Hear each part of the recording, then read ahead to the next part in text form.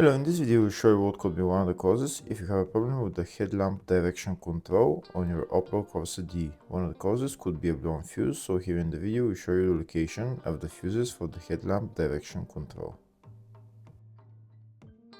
Before I show you the location of the fuses, first I'll show you how to test the fuses, if they're good or bad. I'll show you how to test the fuses using a multimeter and a test light. First, I'll show you how to test the fuses with the test light. For this purpose, we need to turn the ignition on. This is the test light that I'm using. We need to attach the cable of the test light to battery negative or somewhere on chassis ground. Then we're going to start testing the fuses with the test light. On the fuses there is 2 pins, you can see them right there before the 30 and after the 30 there's 2 pins where we touch them with the test light, and if both pins light up, that means the fuse is good. If only one pin lights up, that means the fuse is bad. Sometimes none of the pins light up, that means that there is no power going to that fuse. Next I'll show you how to test the fuses with a multimeter. This is what the fuse looks like. You can see that contact in the middle that is connecting to the 2 pins.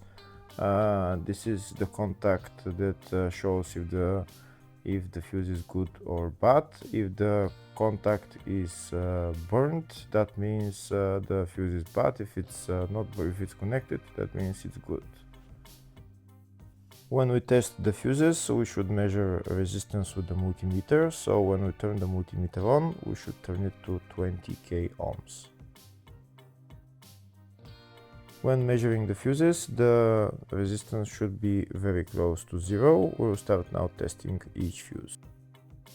First, we'll touch both cables together of the multimeter just to see if it measures resistance. You can see there is no resistance in the cables, but it measures 0 ohms.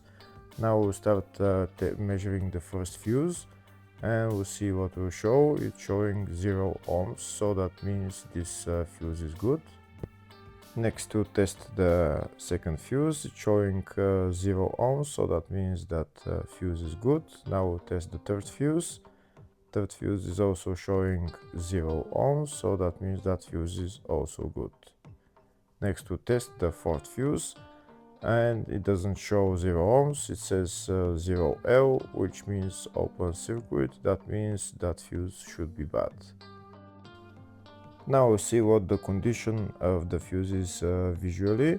We can see that contact in the middle that's connecting to the 2 pins is broken, so that's why it's showing open circuit.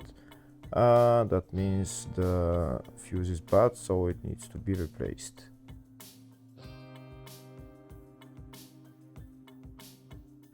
Next I'll show you the location of all the fuse boxes on this Opel Corsa D. There is 2 fuse boxes in the engine bay area. Engine bay 1 fuse box is located behind this plastic cover. The engine bay 2 fuse box is located just on the battery behind this plastic cover. That's it right there. The next fuse box is in the fascia just underneath the steering wheel. You need to pull out this cover, and that's the fuse box in there. Next fuse box is in the load area. It's just behind this plastic cover where I'm showing with the arrow.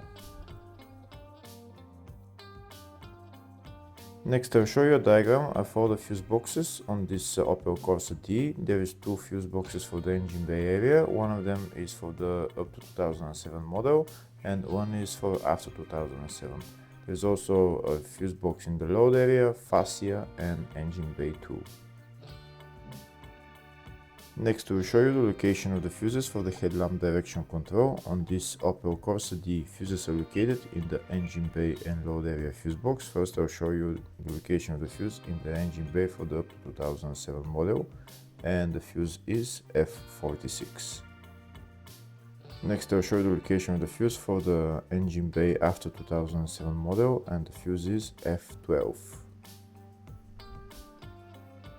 Next I'll show you the location of the fuse in the load area fuse box, and the fuse there is F1. Hopefully the video was helpful. Please like and comment on the video and subscribe to the channel. Thank you.